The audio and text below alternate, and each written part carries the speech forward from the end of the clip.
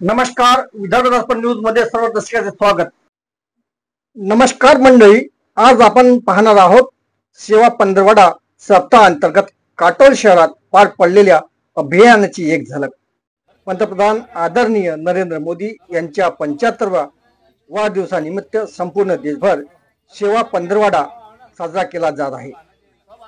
या उपक्रमाचा एक भाग म्हणून काटोल शहरात आज दिनांक 17 सप्टेंबर रोजी सकाळी 6:30 वाजता ग्रामीण रुग्णालय परिसरात भव्य स्वच्छता अभियान राबविण्यात आले। या अभियानाचे मुख्य उद्दिष्ट स्वच्छ भारत मिशनचा संदेश प्रभावीपणे लोकांपर्यंत पोहोचवणे आणि नागरिकांत स्वच्छतेबाबत जागरूकता निर्माण करणे।